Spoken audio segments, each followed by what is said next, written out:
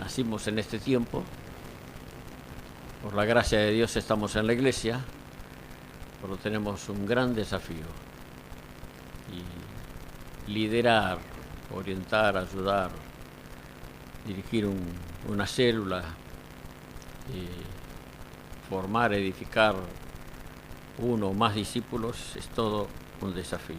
Mateo 24:12 dice: y por haberse multiplicado la maldad, el amor de muchos se enfriará.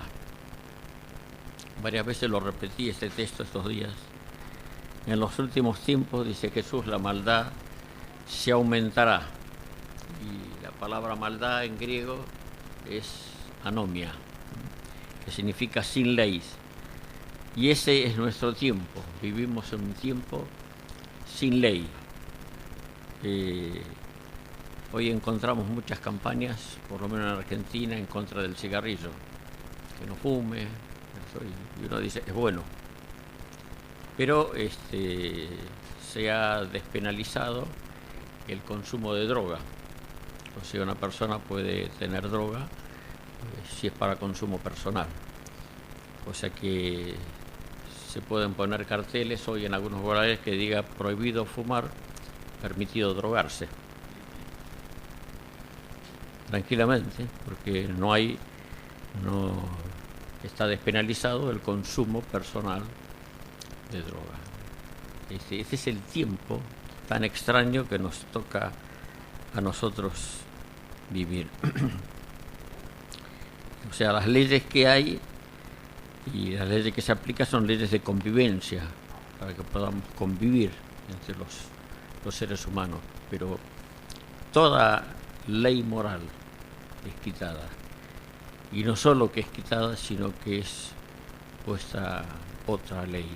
O sea, se establecen leyes contrarias a la voluntad de Dios. En la ciudad de Buenos Aires, hace pocos meses, una jueza permitió la unión civil de dos hombres, y la ley dice que no está permitido un casamiento de dos personas del mismo sexo.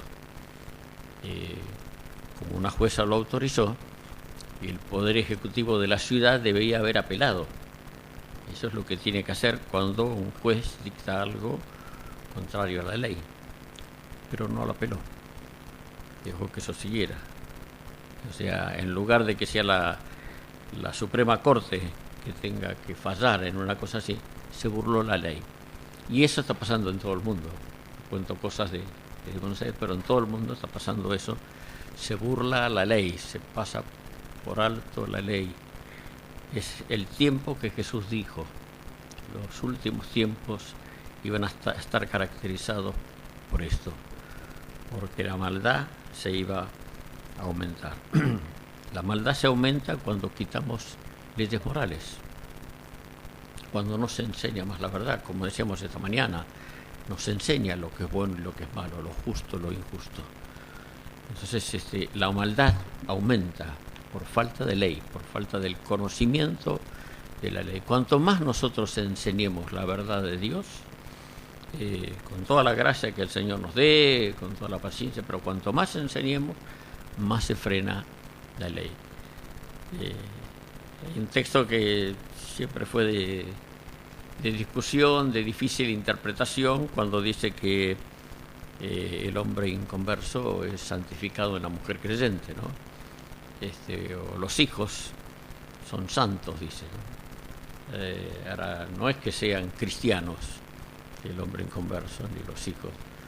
O sea, el ser santo significa que es apartado del mal. O sea, es cubierto. Esa mujer ora, esa mujer profetiza, esa mujer da palabra de Dios, esa mujer es un freno, ¿no es cierto?, al pecado en esa casa. En el caso con un marido inconverso. Y lo que está haciendo, está santificando ese lugar. Cuanto más nosotros proclamamos, damos a conocer la verdad de Dios, más santificamos nuestra situación. Cuanto menos conocimiento hay de la verdad de Dios, el pecado tiene vía libre y sigue avanzando continuamente. Hoy nosotros estamos trabajando, estamos reconociendo obreros, líderes, pastores que tendrán que guiar la iglesia del Señor de los últimos tiempos. Quizá alguno de ustedes, o alguno de nosotros, o a la próxima generación, ¿cierto?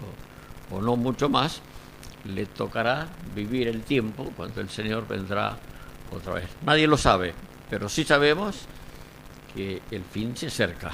O sea, la cosa como sigue todo y por las profecías, por lo que está en la Biblia, el fin se acerca. Entonces estamos reconociendo obreros de los últimos tiempos. Por eso el título, aunque muy desafiante, el desafío del siervo de Dios en los tiempos modernos, ¿cierto?, cabe para este tiempo. El tiempo moderno es esta es la última hora. Para este tiempo hace falta un liderazgo que vuelva a los hombres y a las mujeres a las Sagradas Escrituras. O sea, hay mucho liderazgo humanista. Mucho liderazgo humanista. Pero necesitamos un liderazgo, tanto de hombres y mujeres, que nos vuelva a la palabra del Señor. Amén. Ahí tenemos que... No se duerman ustedes, que si no me duermo yo también. ¿Cuál es la esperanza de este mundo? La esperanza de este mundo es hacer lo mismo que hicieron los apóstoles y los discípulos de los apóstoles. Hacer exactamente lo mismo. ¿Cómo hicieron los primeros cristianos para cambiar el mundo? En menos de 300 años cambiaron la historia de la humanidad.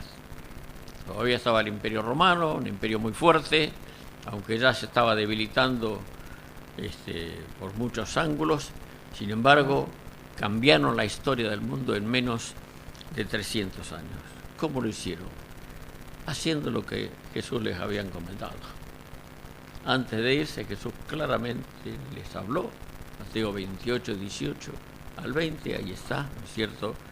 Jesús se acercó, les habló, le dijo: toda potestad, tengo todo poder en el cielo y en la tierra. Por tanto, id, haced discípulos.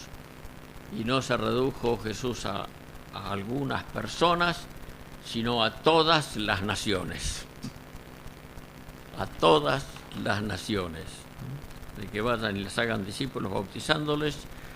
O sea, el bautismo era la afirmación de que soy cristiano, de que estoy siguiendo a alguien. Termino con algo y empiezo algo nuevo. Termino una vida y comienzo otra nueva. Enseñándoles. Este es el punto. Que guarden todas las cosas que yo les he mandado. Estas fueron las últimas palabras de Jesús antes de partir a la gloria celestial. Jesús estaba convencido.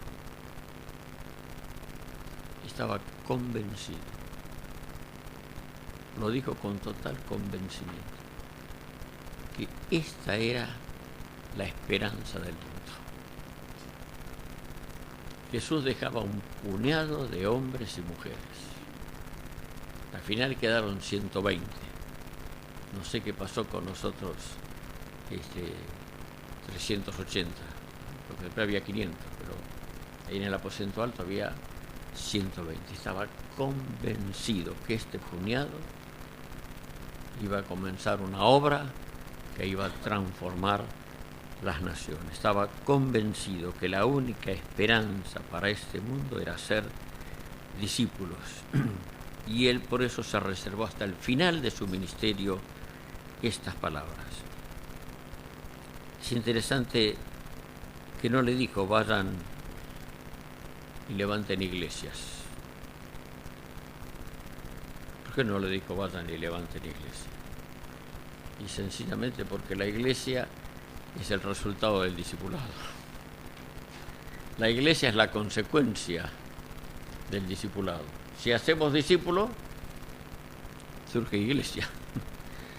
Si se juntan 5 personas en una casa y están siendo discipuladas, es lo único que hay en ese pueblo, en ese lugar, y después sigue creciendo, y después ¿qué van a hacer?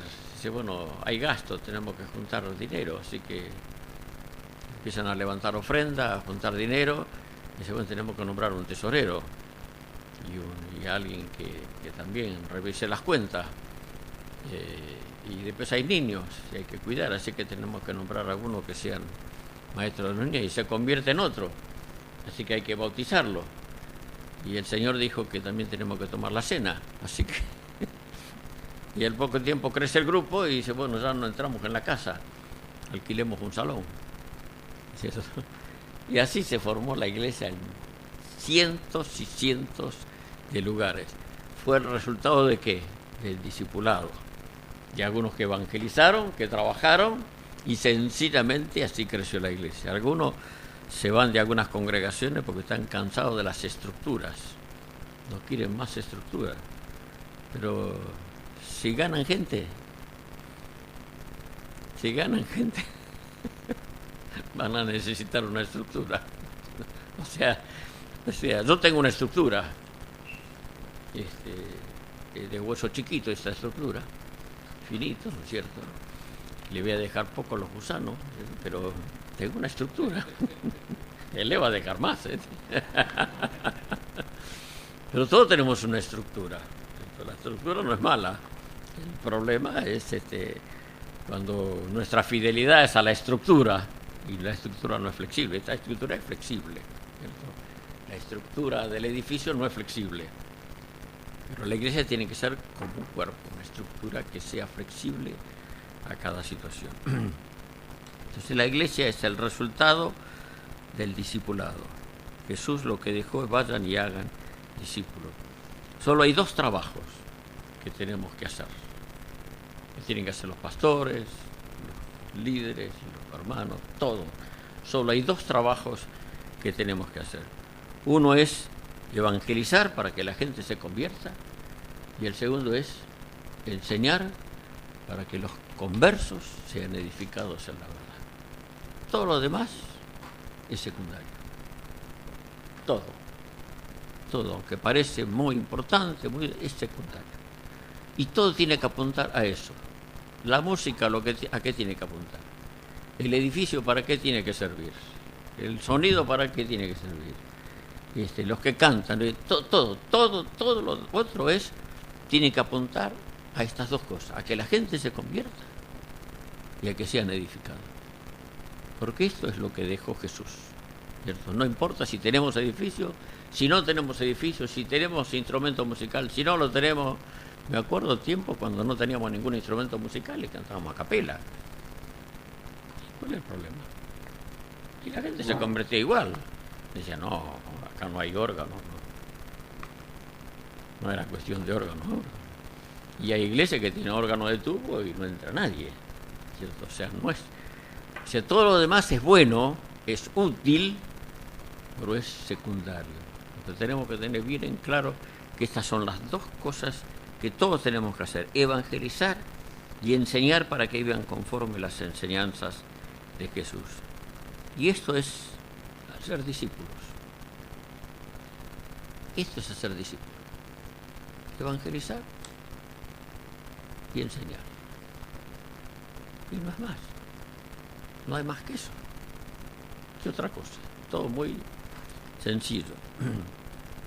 Pero haber levantado congregaciones donde los miembros no son discípulos trajo muchos problemas a la vida de la iglesia. Ahí sí. Haber levantado congregaciones donde la mayoría de la gente no son discípulos trajo muchos problemas. No alcanzamos el propósito de Dios. Hace unos meses atrás, quizá el año pasado, estaba conversando con un pastor y preguntaba cómo, quizá me paro porque algunos no están moviendo demasiado la cabeza para mirarme. Y así lo veo si alguno se duerme también. Y hablamos un rato y le pregunté cómo andan las cosas. Bien, bien. Bueno, se me fueron 2 familias de la congregación. ¿Qué pasó? Y bueno, los hijos de ellos se pusieron de novio y y tuvieron relaciones sexuales. Y cuando me enteré, los llamé para ponerlos en orden, hablé con ellos sobre toda esa situación. Y cuando los padres se enteraron, se enojaron y se fueron de la iglesia. ¿Cómo hicieron eso? ¿Cómo se van a ir de la congregación por una cosa así? Digo, si a mí me pasara una cosa así, y el pastor va, o alguien va y le habla a mis hijos por esa situación, le beso los pies. Y tengo que estar súper agradecido que le haya hablado a mis hijos, que esté procurando salvarle de una situación de pecado. Entonces, ¿cómo se van a enojar por una cosa así? Y entonces me di cuenta con eso ya dónde estaba la congregación. Y dije, ¿por qué no nos juntamos? Así que arreglamos un día, vino la otra semana, nos juntamos a hablar. Charlamos un rato, le pregunté la estructura de la congregación, cómo era todo, y me di cuenta que era una congregación donde la gente iba los domingos y los miércoles en la semana y tenían reuniones y nadie se metía en la vida de nadie. Así que le expliqué todo esto. Digo, no es difícil, hay que trabajar, hay que tener objetivos claros. Así que empezamos a juntarnos, digo, con él y con los obreros que estaban con él, la gente más allegada, cada 15 días. Así que yo comencé a ir con otros hermanos de la congregación que estaban llevando células adelante, que ya tenían experiencia. Después me agarró el patatús del corazón, así que los obreros ellos siguieron, y era un grupo grande que se juntaba, que eran todos obreros lindos hermanos, preciosos, ¿verdad? Y bueno, y tenían preguntas serias. Una noche le dije, bueno, hermanos, son las 10:30 de la noche, yo tengo 70 años, ustedes pueden seguir, yo me tengo que ir a dormir. Porque si no, ellos eran de seguir y seguir y seguir. O sea, había un hambre del Señor maravilloso. Y así estamos siguiendo hasta el día de hoy, ¿cierto? De esa manera, pues hicieron retiros, hicieron encuentros y seguimos avanzando. Tenían preguntas serias, ¿cómo vamos a hacer? Y con la gente, y las preguntas eran correctas que estaban haciendo. Pero en cualquier congregación se puede hacer el cambio cuando está la disposición y cuando está la visión correcta, ¿no? En este tiempo de renovación de la Iglesia, el Señor nos reveló 5 verdades que dan sustento a nuestras comunidades. Esas 5 verdades, hay otras, pero esas 5 dan sustento a nuestras comunidades. La primera es el Evangelio del Reino. O sea, el reconocimiento de Jesucristo como Señor de la vida, como condición para ser salvo. Romanos 10 es muy clarito. Si confesares con tu boca que Jesucristo no dice que es tu único Salvador, tu único y suficiente Salvador. Si confesares con tu boca a Jesús como Señor, creyeres en tu corazón que Dios le levantó a los muertos, serás salvo. La condición para ser salvo es el reconocimiento de la autoridad de Jesucristo sobre nuestra vida. ¿Quién gobierna? ¿Quién manda? El evangelio que Jesús predicó fue el evangelio del reino. Si Jesús no es Señor de la vida, olvídese de discipularlo. O tiene que empezar de lo primero. Tiene que seguir evangelizando, ¿cierto? Su trabajo de discípulo con esa persona, seguir evangelizando hasta que reconozca a Jesús Señor de la vida. Cuando Jesús se reconoce como Señor, no es que la persona deja de tener problemas, pero es mucho más fácil sobre esa base resolver los problemas. Y uno le pregunta, ¿pero quién manda en tu vida? Y el Señor dice así. El Señor dice esto, el Señor dice lo otro. O sea, estamos bajo la autoridad de Jesucristo, ¿por qué no lo vamos a hacer? Entonces, se solucionan los problemas. Y se solucionan rápidamente cuando se reconoce a Jesús, Señor. O sea, es fundamental esto del reconocimiento de Jesús como Señor. Lo segundo es lo que recién decíamos, el discipulado, pero el discipulado como la estructura básica de edificación de los creyentes. ¿Cuál es la columna vertebral la estructura de edificación. ¿Cómo se edifica la gente? ¿Con las reuniones? ¿Con las células? Se edifica con el discipulado, cuando tratamos temas personales, tratamos su situación. O sea, la reunión es buena, la reunión necesaria, los retiros, los encuentros, se escucha la palabra, todo eso es muy bueno. Pero tratamos las situaciones en forma muy particular y se va edificando las personas en cualquier área de la vida. Lo tercero es la devoción a Dios como el centro de nuestra vida. Nuestro culto es al Señor. Rendimos honor y culto a la persona de Jesús. Él pasa a ser el centro de la reunión. Nos reunimos en torno a su persona. La palabra es importante, el ministerio es importante, pero lo más importante es el Señor. Y por eso le cantamos, oramos, ministramos a Él. Y a Él le damos todo el honor y toda la gloria. Lo cuarto es el amor fraternal, elemento fundamental para ser una familia. El amor entre nosotros. Y el amor entre nosotros es algo que tiene que crecer, que se tiene que edificar y que todos nosotros, como obreros en la casa del Señor, lo tenemos que edificar entre nosotros y con los demás. ¿Cierto? O sea, el amor es algo práctico, es algo concreto.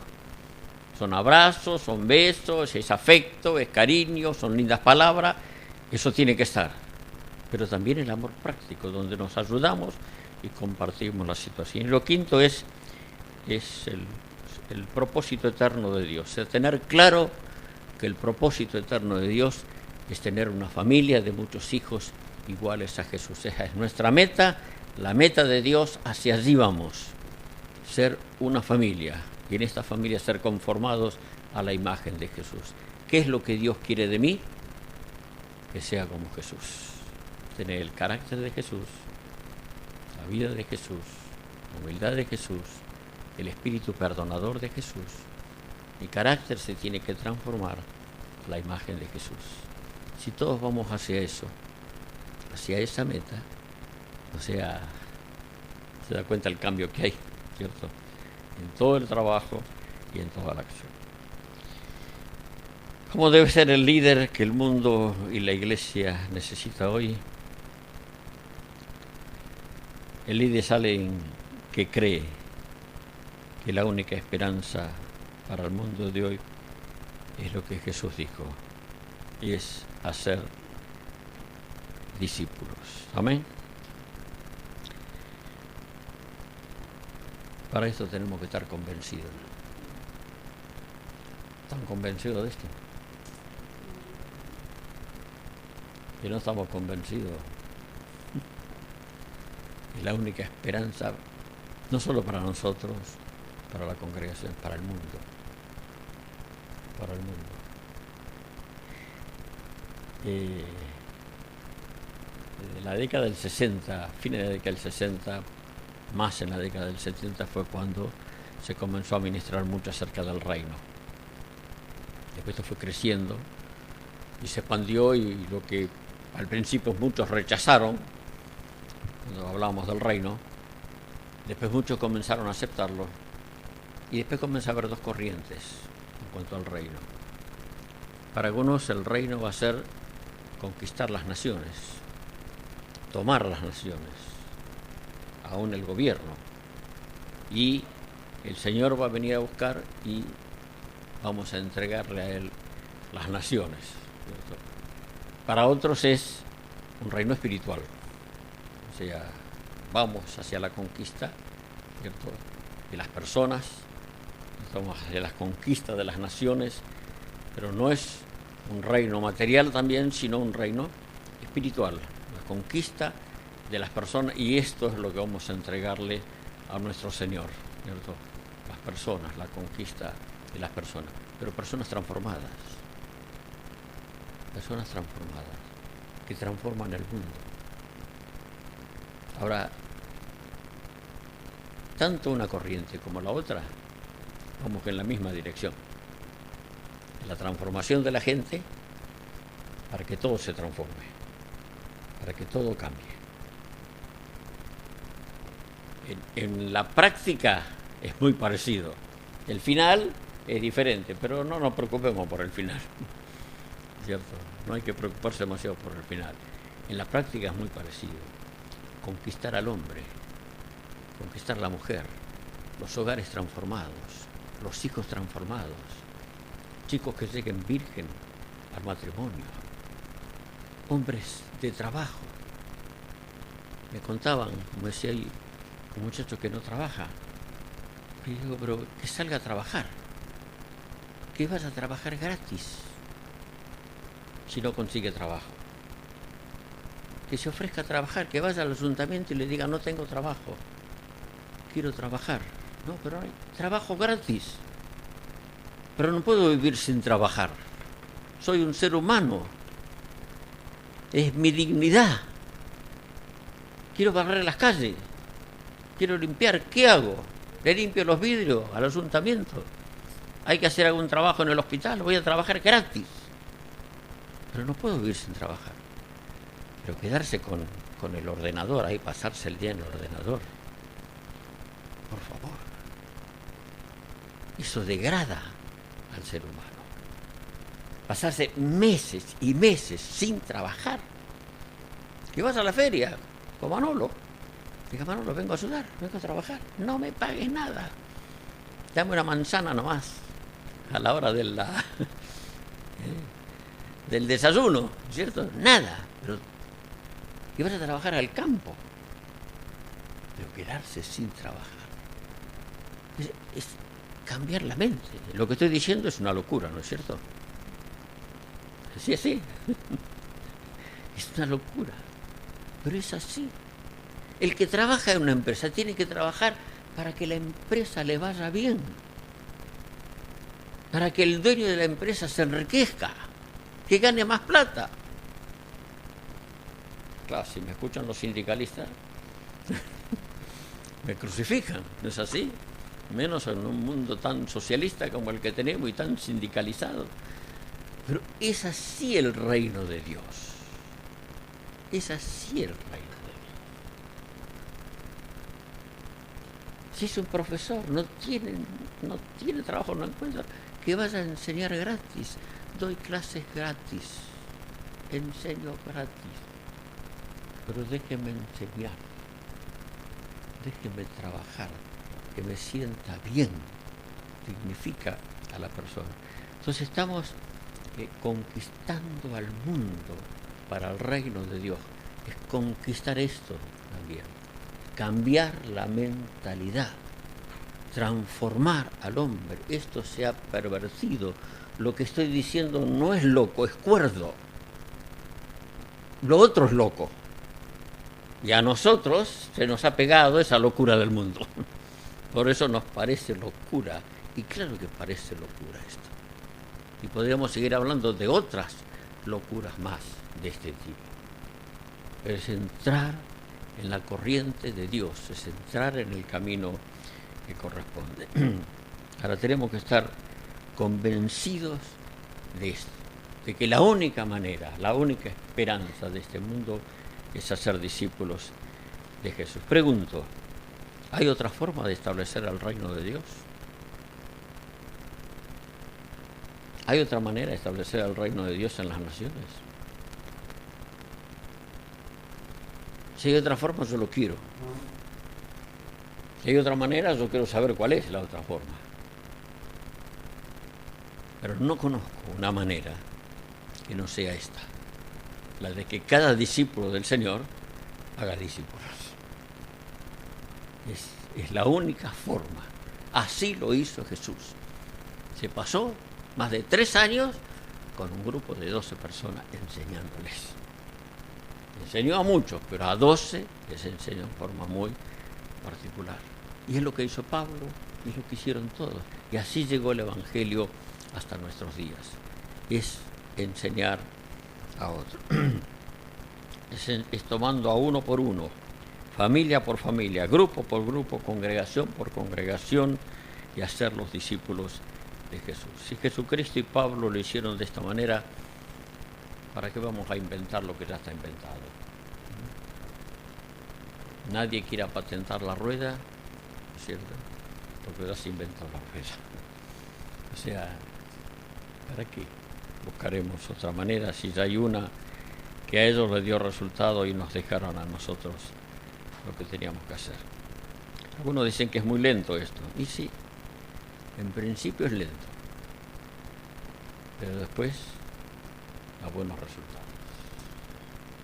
Al principio es lento. Dicen que en Argentina hay 10% son evangélicos, los argentinos, sería 4 millones. Le digo, si 2 millones de evangélicos fuéramos discípulos, en un país de 40 millones de personas, cambiamos la historia de la nación. Si los 2 millones fuéramos discípulos, en pocos años se cambia la historia.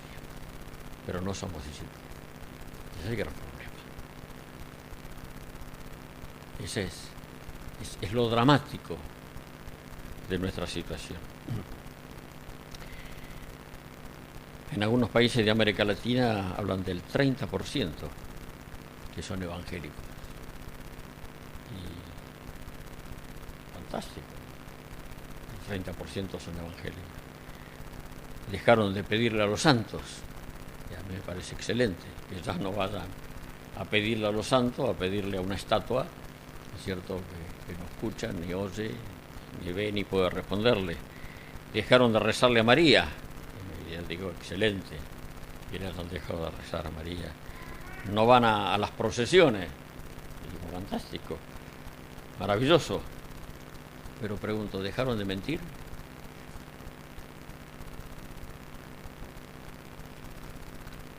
¿Dejaron de quejarse? ¿O siguen siendo quejosos? ¿Dejaron de convivir con la que no es su esposa? ¿Son esforzados? ¿Son buenos trabajadores? ¿Son buenos estudiantes? Y cuando uno hace esas preguntas, nos tiembla el piso y nos damos que algunas cosas no están bien. ¿Aman a sus esposas como Cristo amó a la iglesia? Y muchos siguen teniendo conflictos y problemas familiares en gran escala. Los hijos respetan a los padres. Entonces, si no se dan esas cosas, no ocurrió el cambio. O sea, dejaron algunas cosas y está bien que las hayan dejado, pero no es eso lo único. No es eso. Por dejar esas cosas no es que sean discípulos del Señor. Nuestra responsabilidad personal es creerle al Señor, creerle lo que Él dijo y hacer su voluntad. Estar convencidos de que la única esperanza para las naciones es hacer los discípulos de Jesús. El líder que hace falta en nuestros días es alguien que cree que la única esperanza para el mundo de hoy es hacer los discípulos de Jesús. Amén. Lo segundo es, el líder que hace falta hoy es que tiene que ser discípulo. No solo que tiene que creer que es la única esperanza, tiene que ser discípulo. ¿Y qué significa esto? Yo siempre suelo ilustrar de esta manera. Yo soy pastor, pero antes que pastor soy oveja. Es más importante ser oveja que ser pastor.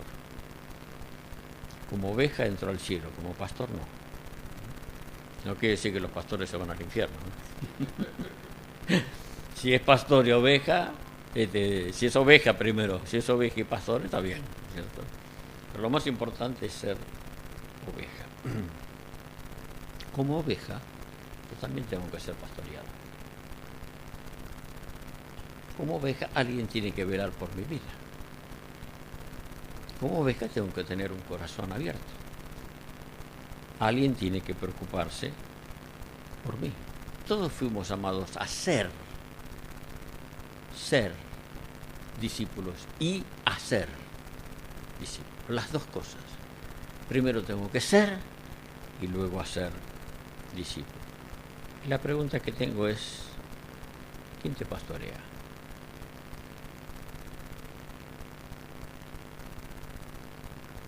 ¿Quién es tu pastor personal? No hace falta que sea el pastor de la congregación. ¿Quién es tu pastor personal? ¿A quién te sujetas?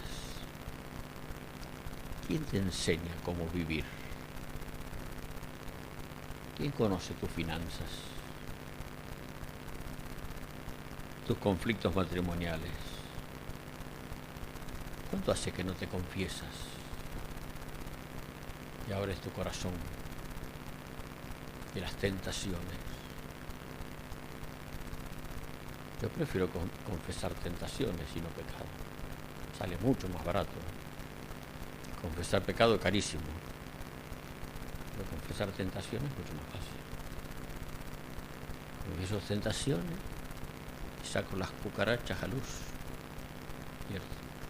Mantener la vida en luz es mantener la debilidad que pueda haber en mí en luz, para que otro conozca mi propia vida. ¿Quién se mete en mi matrimonio? ¿Quién te ayuda con la crianza de los hijos? En el manejo del tiempo. ¿A quién le cuentas tus conflictos interiores? Tus dudas. ¿Quién sobrevé lo que tú estás realizando? La iglesia no es mía. La gente no es mía. Es del Señor. Tengo que estar abierto a que otro sobrevea. Estoy haciendo bien, estoy haciendo mal. No es mío. Estoy tocando cosas santas. Es alguien lavado por la sangre de Jesús. Que otro pueda mirar todo lo que estoy haciendo. Aunque me llamo Ángel Negro, no quiero ser la caja negra. Quiero ser una caja abierta. Abierta. Por supuesto, no tengo que abrir la vida a todo el mundo. Pero algunos tienen que saber vivir. Este soy yo. Esta es mi vida. En un momento me pregunté, ¿hay algo en mi vida que no quisiera que alguien sepa? ¿Hay alguna cosa? Y lo peor que me podría pasar es que alguien se entere. ¿Hay algo que tengo guardado ahí que nadie conoce? Solo yo. Y comencé a revisar la vida. Y cada tanto hago un blanqueo. La verdad que vivir en luz es lo más fácil que hay. Lo más estúpido que hay es pensar que el otro se va a escandalizar. Y al final somos todos iguales.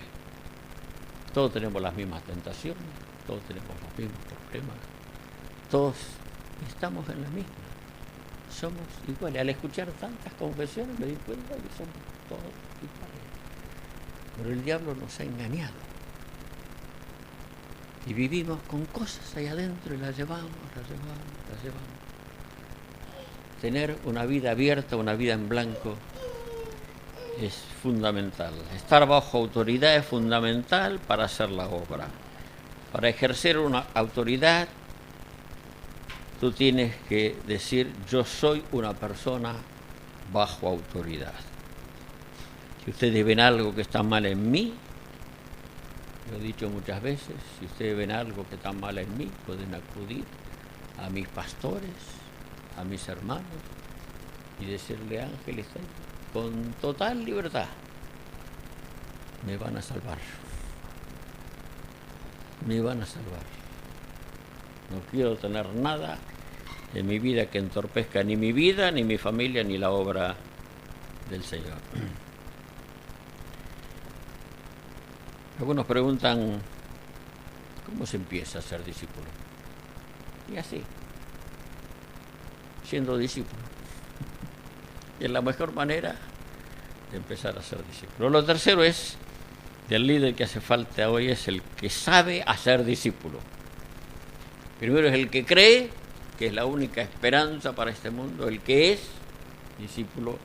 Y lo tercero es El líder que hace falta hoy es el que sabe hacer discípulos. Jesús dijo, id y haced discípulos enseñándoles que guarden todas las cosas que se mandan. ¿Qué se debe enseñar en una relación de discipulado? Una relación de discipulado hay que tener amistad, compañerismo, estar juntos, orar juntos, ¿cierto? Compartimos la vida, en primer lugar. No es que uno se siente de un lado a la mesa, el otro del otro, y se le comienza a enseñar, le da una lección. No. Compartimos la vida.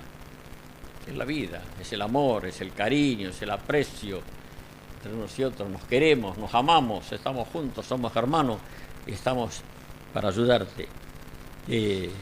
Pero hay cosas donde yo reconozco en el otro autoridad sobre mi vida, para que me enseñe, me discipline, no porque sea más que yo, sencillamente porque yo quiero estar bajo autoridad.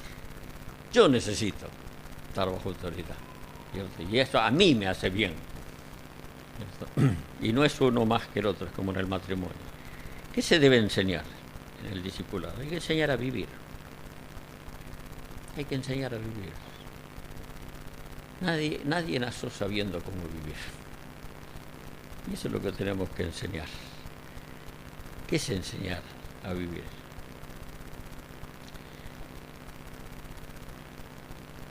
¿Qué falta en esa persona? Es una de las cosas que uno tiene que mirar. ¿Qué falta? Es una persona muy tosca. Entonces hay que enseñarle a ser amable. Es una persona demasiado sensible, demasiado quisquillosa y todo. Y hay que enseñarle a que se afloje, que baje la guardia. Que el mundo no está en contra de él. Y tiene que aflojar, está muy a la defensiva. Entonces, ¿qué es lo que hay que enseñar? Hay que enseñar lo que falta.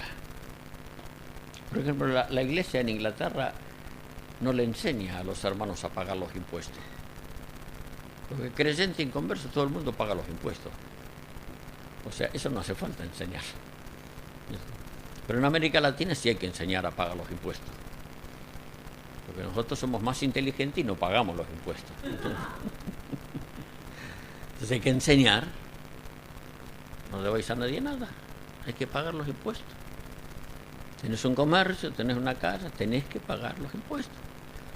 Hay que enseñarle a que no se cuelgue de los cables de la luz, ¿no es cierto? Para conseguir luz gratis, ¿cierto?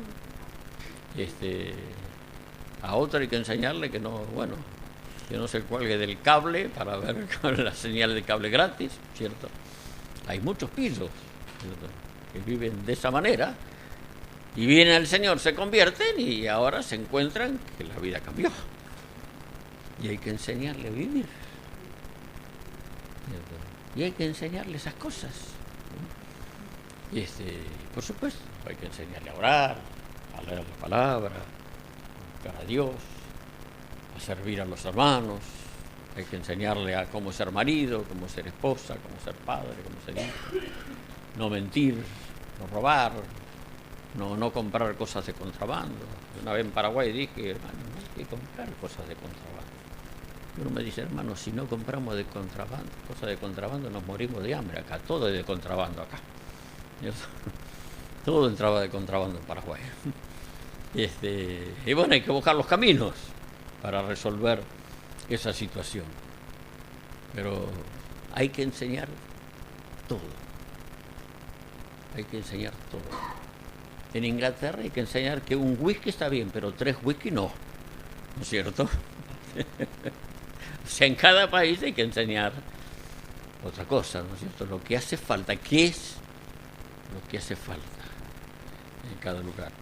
Pero es la formación de la vida. Hay que enseñar al marido qué es amar a la esposa, porque amar es una linda frase.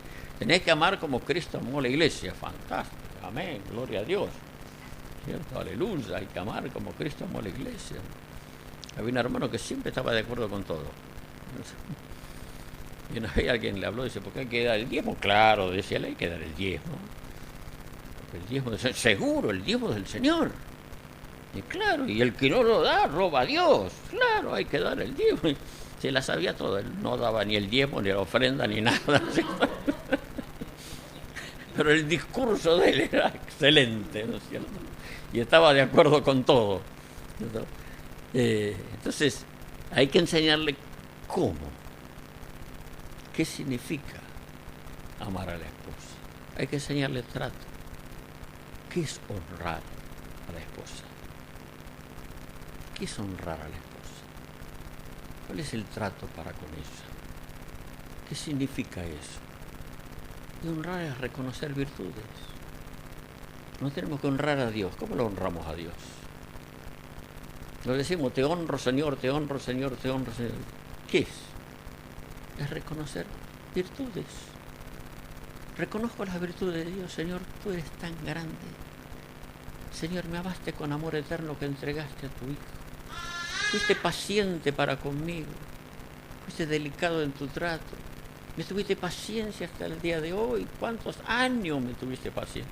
Estoy reconociendo que virtudes, cosas que Dios hizo en mi propia vida. Y entonces cuando decimos tenés que honrar a tu esposa, ¿qué tenemos que enseñarle? Esta cosa. Tenés una esposa maravillosa. Es excelente. Yo vi tu casa, el cuidado que tiene tu esposa. Tenés que honrarla. En la forma como te trata, cómo trata a los hijos, cómo es ella, la paciencia que te ha tenido. Entonces, le enseñamos, él no sabe él. Siempre vio a su padre que era un brutazo de primera, ¿no es cierto? Y que trataba mal a la esposa. Lo más bonito que le decía era un insulto, ¿no es cierto? Y ahora se encuentra con otro reino, con otro mundo, con otra realidad. Y no se aprende de un día para otro. Hay que enseñar. Ahora, claro, cuando enseñamos para allá, el problema es que la espada es de dos filos, ¿no es cierto? Y corta para acá.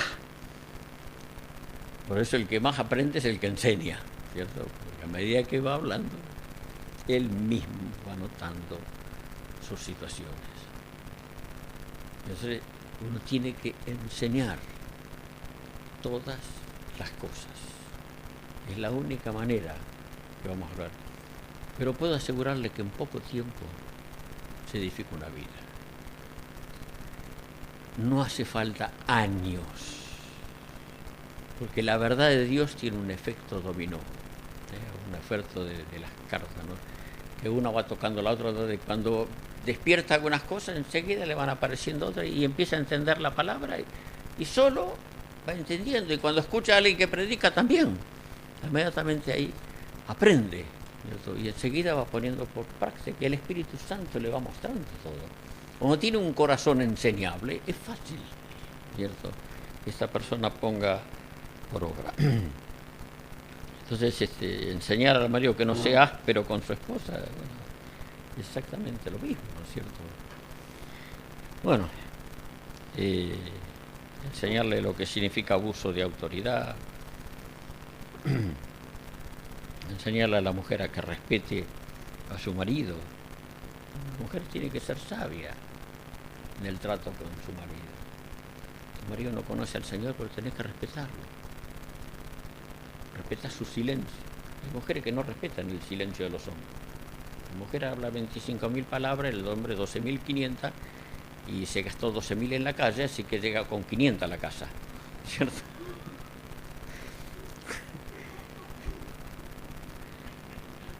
¿Es así o no es así? ¿Eh? No llegó con 500 a la casa. ¿Y cómo te fue? ¿Y trabajaste mucho hoy? Sí. Y es así el hombre, a veces responde con monosílabos. Por ahí viene cansado, viene no tiene más ganas de nada, ¿no es cierto? Y a veces habla poco, ¿no es cierto? Y hay mujeres que no aguantan ese silencio del marido, ¿cierto? Y le parece que con otros habla más y con ella no. Pero es la forma de ser. Entonces una mujer sabia tiene que enseñar a esta otra mujer a amar a su marido y a sus hijos, como dice Pablo a Tito. Y esas cosas hay que enseñarlas. No parecen espirituales, pero salva a la familia. Salva a la familia. Entonces muchas familias se salvan por eso, porque algunos van levantando presión por situaciones de este tipo y destruyen lo más querido que tienen. Hay que enseñar a los hijos a sujetarse a sus padres. Los hijos tienen que aprender esto. Tienen que aprender que se tienen que sujetar a sus padres. Hay que enseñar el por qué se tienen que sujetar a sus padres. A los padres a no provocar a ir a sus hijos. A trabajar como para el Señor. Este es un punto difícil, ¿no? Pero que trabajen siempre bien, que sean eficientes. Nuestros hermanos tendrían que ser, si una empresa está despidiendo gente, los últimos en despedir.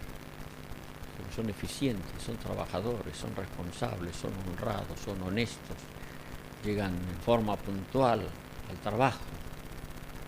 Entonces hay que insistir, hablar, enseñar. Si Jesús es Señor de la vida, lo va a entender.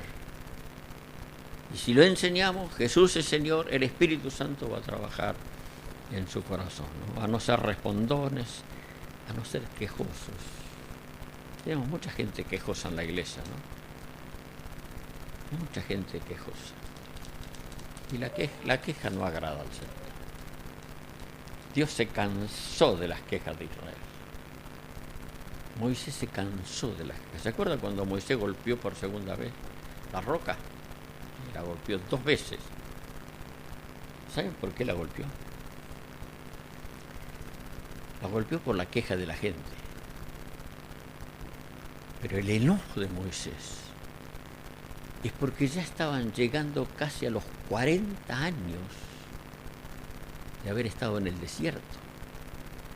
Se habían muerto casi todos los que habían salido de Egipto. Los que se estaban quejando eran los hijos de los que habían salido de Egipto.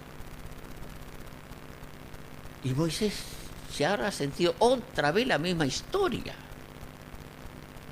Otra vez la misma situación, con los hijos ahora. Y fue ahí en Cades Barnea, cerquita ya de la entrada a la tierra prometida. Y ahí se enojó por la queja del pueblo. ¿Por qué? Porque Moisés conocía a Dios. Que por esa razón, por incredulidad, por la queja, no habían entrado a la tierra prometida.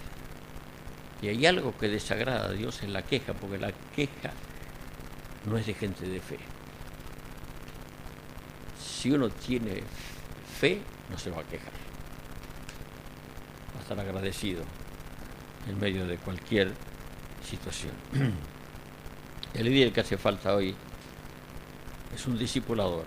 Hace lo mismo que Jesús. Y por último, el líder que hace falta hoy es accesible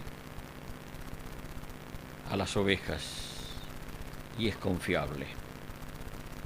Jesús dijo: yo soy el buen pastor, y conozco mis ovejas,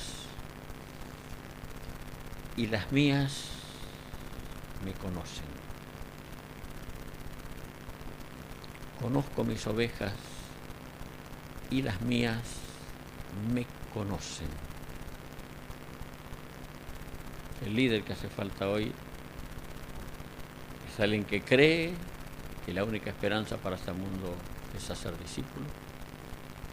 Es un discípulo, hace discípulo, pero es un hombre, una mujer confiable, abierto.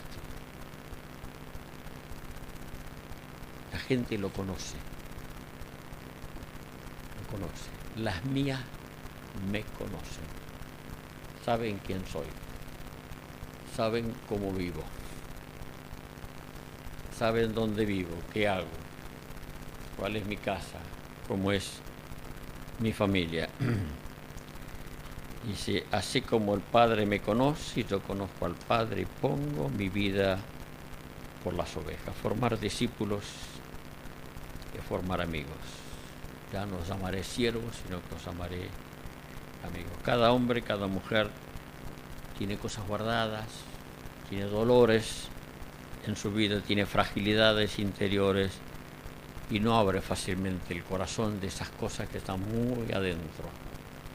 Y para esto necesitamos tiempo, pero necesitamos ser confiables a las personas. Necesitamos ser confiables, que la gente confíe en nosotros. Y no podemos defraudar la confianza de la gente. Nos hace falta calor de amigo. Él me tiene que conocer y yo lo tengo que conocer. O sea, no solamente yo tengo que conocer al discípulo, el discípulo me tiene que conocer a mí. Y esto hace falta tiempo juntos.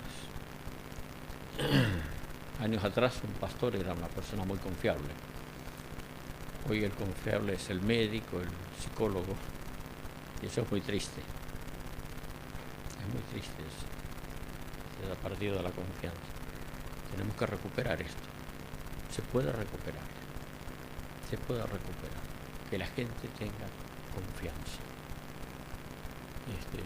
No es por nosotros mismos, es porque Dios quiere que seamos así, pero aparte por el bien que podemos hacer a la gente. Hay gente que no abre esa herida profunda.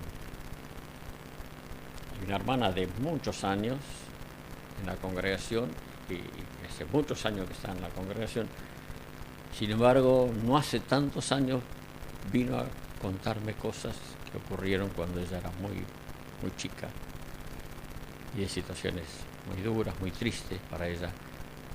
Y aunque tengo 70 años, sin embargo soy más joven que ella, y ella dijo: a alguien tengo que contarle todo esto, el dolor que llevé toda mi vida. Y eso es importante para la persona. A mí me lo cuenta y punto, y terminó, ¿cierto? Conmigo ya está. Pero la persona necesita a alguien a quien abrirle su dolor, el dolor de su alma. Eso necesita tiempo, necesita trabajo, necesita que seamos personas serias, confiables a las personas. Hace falta para esto estar junto a las ovejas. Algunos principios prácticos, y con esto termino. Tener bien en claro el orden de prioridades. Esto es algo importante en la vida de todos nosotros. Tenemos que tener bien claro el orden de prioridades. Lo primero es el Señor. Esto significa mi relación con Él. Cuando digo primero el Señor, es Él, no la obra. Es Él. Es la relación con Él, la relación personal, la relación íntima con el Señor. El Señor y yo y el Señor. Eso íntimo entre los dos, ¿cierto? Eso tiene que ser prioritario en nuestras vidas. No es lo que nos lleva más tiempo, pero sin embargo uno le da prioridad a eso, lo pone en el mejor lugar, es lo que más estimo, es lo más importante para mí, mi relación con el Señor. En segundo lugar está mi familia, mi esposa, mi esposo, mis hijos. Eso tiene que estar en el segundo lugar en nuestra vida. O sea, de eso dependen muchas otras cosas. Nosotros. Lo tercero es la obra del Señor. Y dentro de la obra del Señor también hay un orden de prioridades, y el orden es, dentro de la obra, primero los discípulos, primero los cercanos, primero los que andan bien, y después el resto del trabajo. Los que andan bien tienen que estar en primer lugar. Al decir los que andan bien no me refiero a que si alguien tuvo un accidente, ¿cierto? No vamos a socorrerle, ¿cierto? Alguien tiene una situación dramática, vamos a estar a su lado, ¿cierto? Pero en el orden de prioridad de las tareas, de los trabajos que tenemos que hacer, o sea, en primer lugar tienen que estar ahí en la obra los discípulos. Y por supuesto lo cuarto, el resto de las cosas. Algunos ponen en cuarto lugar, y me parece que es importante, es el trabajo. El trabajo tiene que ocupar un lugar importante en nuestra vida. Sea un comercio, sea una pequeña industria, sea que trabajemos por cuenta, que trabajemos en relación de dependencia, Pero el trabajo secular tiene que ocupar un lugar importante en nuestras vidas. Gran parte de nuestra realización como persona está allí, mucho más en el caso de los hombres. En estos principios prácticos, lo otro es formar nuevos discipuladores o padres espirituales.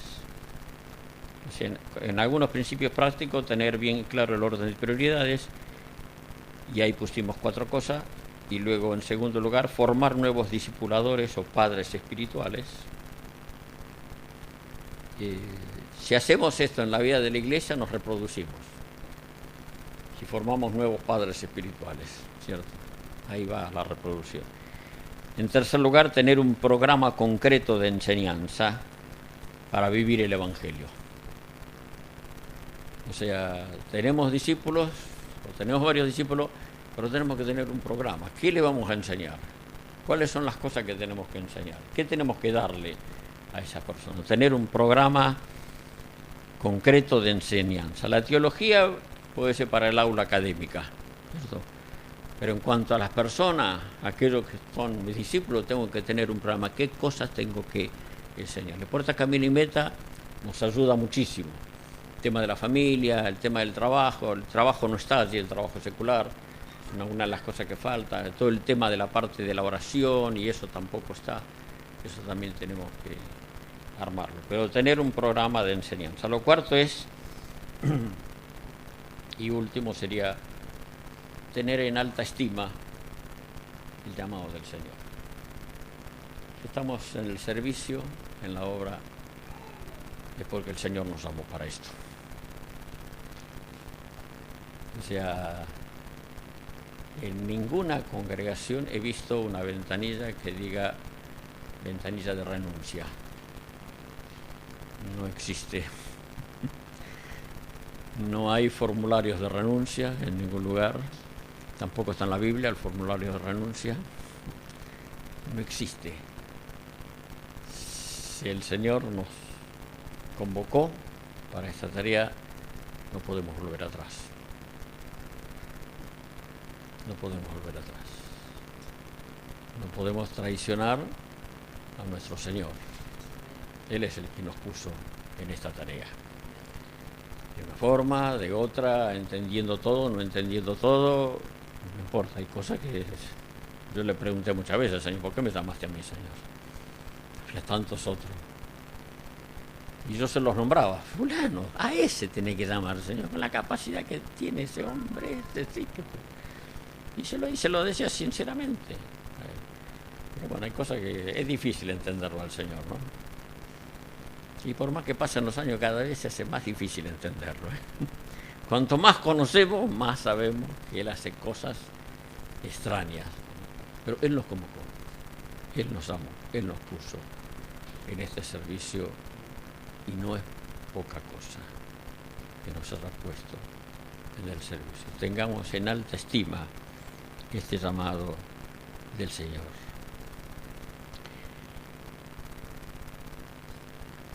Iván Becker decía: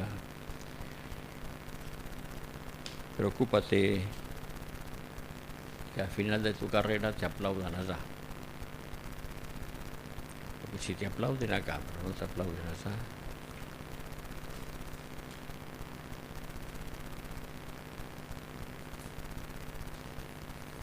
Póngale el final a usted. Vivamos de esa manera todos los días de nuestra vida. En la iglesia tendréis aflicción, dice. ¿Dónde dice?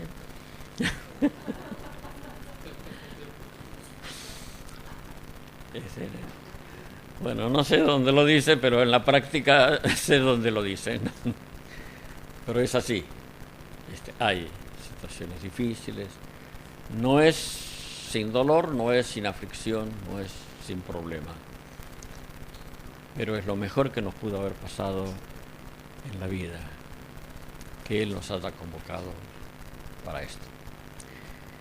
Ha sido muy lindo estar estas, no sé cuántos días, más de 2 semanas, fue, sí, 3 fines de semana con ustedes, después de un buen tiempo. Y bueno, el Señor me quiso tener un tiempo más aquí en esta tierra y aquí estoy. Y me han tratado súper bien, me han dado de comer súper bien, muy rico todo. Han conseguido un departamento para que pueda estar solo, es una exquisitez esto. No porque desprecie la casa de otro, pero es lo que uno siempre quiere tener a veces, ¿no? Tener un tiempo solo para orar, meditar. Y bueno, después comer comía siempre en algún lugar, aunque a veces me hacía yo también algunas cosas. Pero ha sido todo un lujo, lo digo, es un mimo del Señor, que me hayan conseguido esto y haber pasado esos días así.